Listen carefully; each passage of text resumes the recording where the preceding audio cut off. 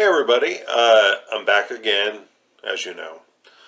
Uh, I got an idea for this video tonight when I was talking with my wife. See, right now we're facing this dilemma where we live. Um, we have to pay, which is probably a norm for a lot of people, depending on where they live, but where we live, it's low-income housing. So we faced a dilemma because they hit us with a bill that's over $1,000, and of course we don't have that kind of money. So it's basically another faith walk with us. And like I'll say later, there's a lot of people when they're walking in faith, they wonder, oh, is this ever going to end? But you know what? I'll get to that later. But this is the current faith walk that we're in right now, where we have this need. We're setting it before God, and if you have seen my other video about dealing with negative thoughts, this is one of them, and it's if you allow it, the pressure of the circumstance can push you to worry and cause you to fear about what you're going to do. But the basic thing that we can do in dealing with fear is fighting it with faith in what God has done. And since God has provided for us in the past, and for me personally, I use that to, fight what the enemy tries to bring up. Yeah, it could potentially be scary, but we got to know who our Papa is. So let me entitle this video called Walking in Faith Never Ceases. And so I want to hit you with the first question.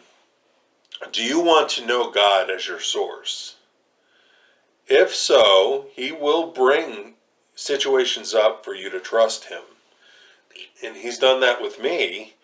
When my faith walk began, there were certain things that I needed that I couldn't get. I didn't have a job. I had no way of making money, so I had to rely on Him. And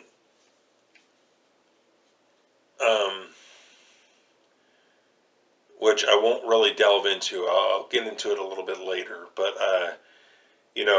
through each circumstance that He brought up, He showed what He could do. So you may ask, why? Why does He bring circumstances up for us to trust Him? Well, it's because we are still operating in the Adamic mindset. Now, if you don't know what the Adamic mindset is, I have a video called The Adamic Mindset. If you can, check it out, maybe after this video. But let me give you a little gist of it. From the time of Adam, ever since Adam and Eve took of the fruit of the tree of the knowledge of good and evil when God said not to, they did it anyways after listening to the enemy. Once they did, independence from God then took place. And that is what man operates from that time up to the present. He trusts in himself. He trusts in his strength to provide. So, when we walk in faith, God ties our hands up, and all we can do is rely on Him. And this is where the end of our Adamic mindset can happen, is because we're starting to rely on Him more and more, and not in our strength, and not in our ability to provide. And God is not cruel in that. He's doing that for a purpose, so that we can see Him as a Father. And, as little children, they don't worry about their needs. Their parents provided for them. So likewise, we need to see God, the Father, as our Papa, and to rely on Him for what we need. Through this Adamic mindset, in the past we had work to provide. When bills came, we worked to pay them. When we couldn't pay them, we would stress our way through them. When we had a job, we took care of any kind of worries that came up. The thing is, though, is that we can't remain in this place of depending on ourselves. And I've said that this in plenty of other videos that I've made, is the fact is what if we lose our jobs? Then we lose our ability to provide. What if we get sick? Then we can no longer work, and it may cost us a job. What if the Antichrist makes an appearance and people are all about financial success, working hard, making money, but if they invested so much in their financial responsibilities and what they're trying to accumulate in this world, what's it going to show when the Antichrist comes? What are they going to have to show for it? Nothing. Because they invested so much in becoming successful. What about their spiritual walk? What about learning to, rely on God? If you're not learning to rely on God, then you're going to eventually suffer loss. Because you've gotten so used to depending on yourself and in your own strength to provide. So this is the purpose of relying on God, is that when this time happens, we can look up to him for our needs like Jesus did, and not to ourselves. When Jesus multiplied fish and bread, what did he do? He looked up to heaven. He didn't look to man to provide for his needs. God brought the situation to him where this boy had some fish and bread. What did Jesus do? He got the Father's instructions, and God multiplied all of it. So God takes what we have and he makes more. And I've heard of these, examples in Africa where God has provided food for those that were hungry. So it's not an impossible thing. So God wants to take our ability to provide away and help us to learn to rely on the Lord. For me personally, God brought an end of my trusting myself by tying up my hands. I couldn't work. I've applied for so many jobs in the past. Doors have closed.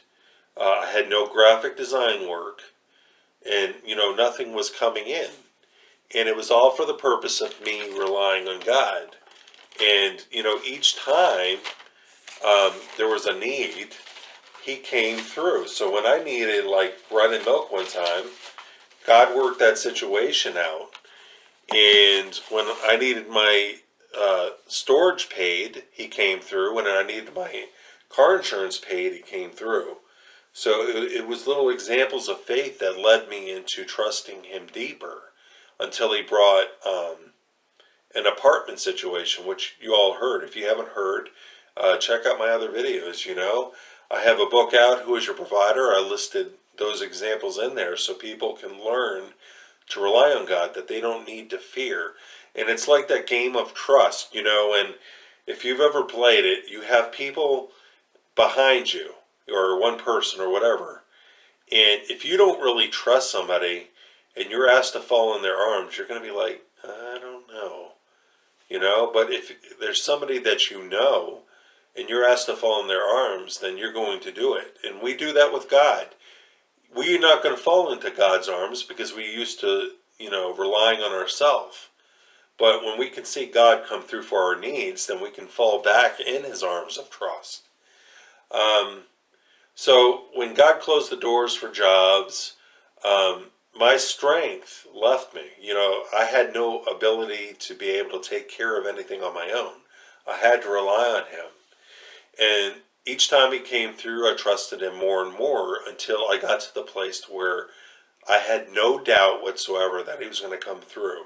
When there was a need that arose, I sought God. I said, Lord, I ask for your provision to come through. And he did. And, to go back to the disciples, when Jesus asked them, he only asked to test them to see if they would, rely on him and to see without a doubt that he would come through. And they still didn't get it. They still relied on themselves because they were wondering it would take a year's wages to be able to feed all those people that were sitting around them. So they were thinking about how they could make things happen in their own strength. And Jesus showed us that, you don't need to rely on your own strength. You need to rely on me and my provision. And that's exactly what he did. Let's see. Lastly, I want to say that if you're walking in faith, You may be like, oh, when is this ever going to end? And it's not going to end. Not until you get to that place to where you can walk fully trusting God for your needs. Uh, if our faith walk ended, then we would only get back into relying on ourselves. We'd get back into that Adamic mindset to where we push God to the side, walk independently from Him, and continue on in doing what we wanted to do. And that's not how God wants us to walk. It's a trap. If you're going to walk into the Adamic mindset, like I said, the Antichrist is going to make an appearance, and then your success is for nothing. So it's best to trust God right now to get to that place to where, okay, what if your job ends because of the Antichrist? You can't work anymore, so you need to rely on God. Maybe you've had it in your mind, to store food or whatever it is, but, I see the flaw in that if you're not trusting God with all your heart, then your food is going to eventually deplete and you're going to be without. So it's best that we learn to trust God. Whatever we need, we rely on Him. And you may be wondering, how is that going to happen? But God can make it happen. If God caused water to come from a rock, if God caused manna in the desert, this is not an impossible thing. So, lastly, like I said, we need to walk in faith and rely on the Father just as Jesus did. And it's so very important as believers that we get to that place of learning to rely on Him. So I would just ask you, seek God and find out how you can presently trust Him.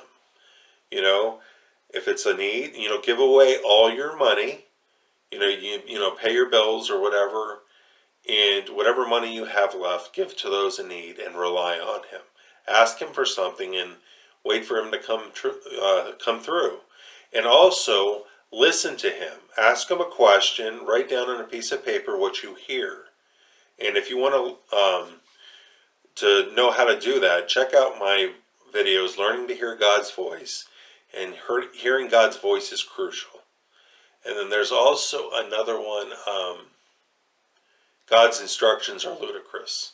And it has a question mark at the end. So I want to end it here and just let you know that when you're walking in faith, it never ceases. It never stops, because it's all for the purpose of relying on Him and not on ourselves. So thank you for taking the time to watch it, and God bless you.